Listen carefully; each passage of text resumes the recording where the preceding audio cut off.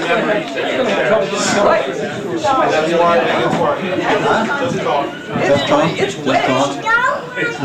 not going to bother you for a very long time, but my cousins here asked me to say a couple of words, and since they're only here, two of us left of the first generation of the Korngets, all these Bürgermeisters, these little stories about the Korngets, unfortunately will disappear because we didn't write them down.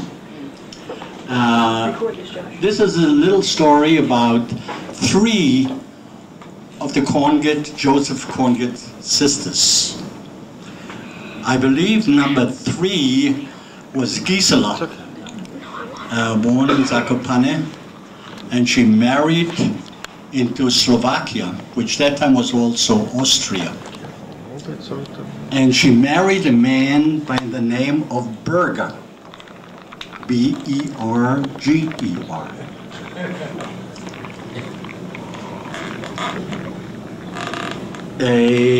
My mother also married a man by the name of Berger, but there was absolutely no relationship.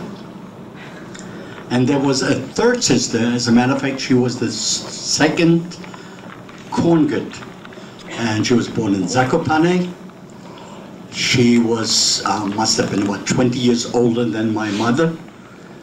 And she married a man, if some of you remember German, by the name Nichtberger. Now, nicht translated in English means nut. So her name was Nichtberger.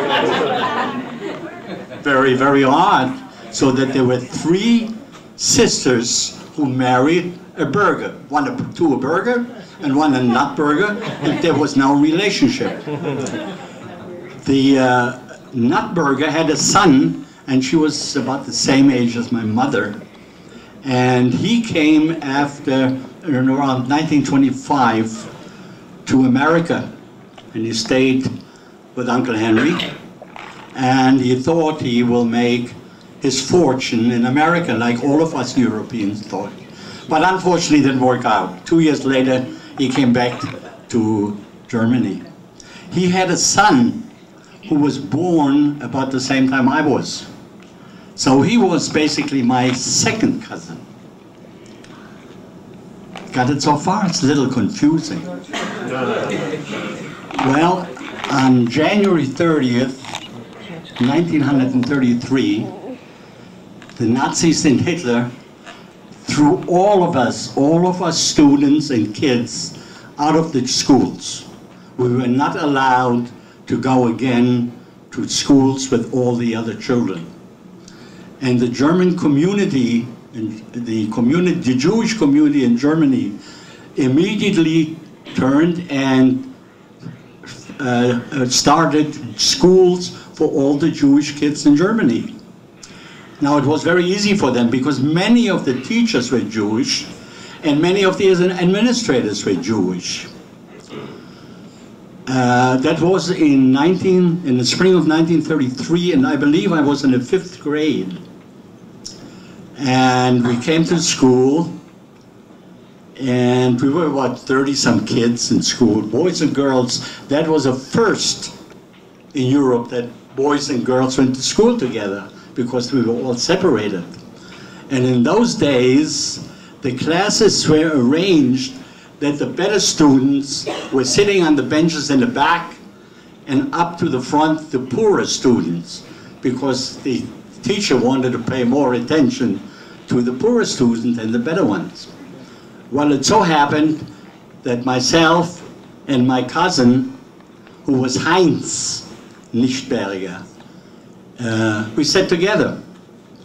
And the new teacher came in, and we later found out he was a professor of English in the German high schools. And now he had to teach us kids. And he introduced himself, I remember it very well. He said, "My name is Professor Aschner. My main language is English.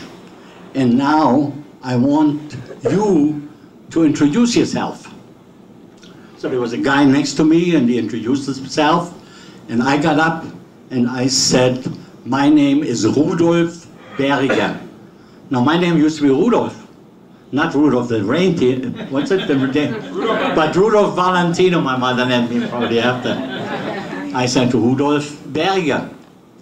Fine. Then my cousin gets up and he said, my name is Heinz Nichtberger. And the teacher looked at him. He said, well, I know your name is not Berger, but what is your name? And the kid started to laugh a little bit. So he got up again and he said, my name is Heinz Nichtberger. So the teacher got very, very annoyed. He said, I know that, God damn it. What is your name? And the kids were laughing the hell.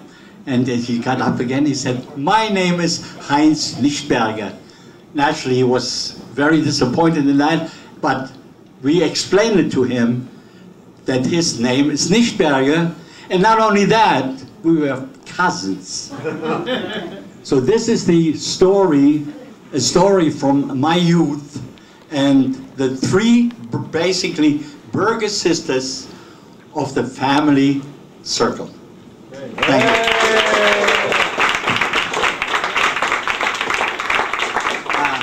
Just one more word. Just hope that Joe and I will be here for many more years so we can tell you the old stories.